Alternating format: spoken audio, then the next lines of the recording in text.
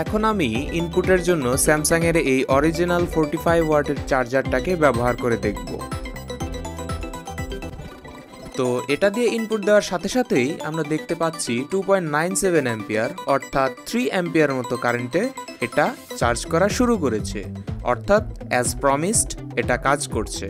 এবার আমি SW3518 মডিউলটা থেকে আউটপুট নিয়ে এই চার্জারটা দিয়ে ইনপুট দিব।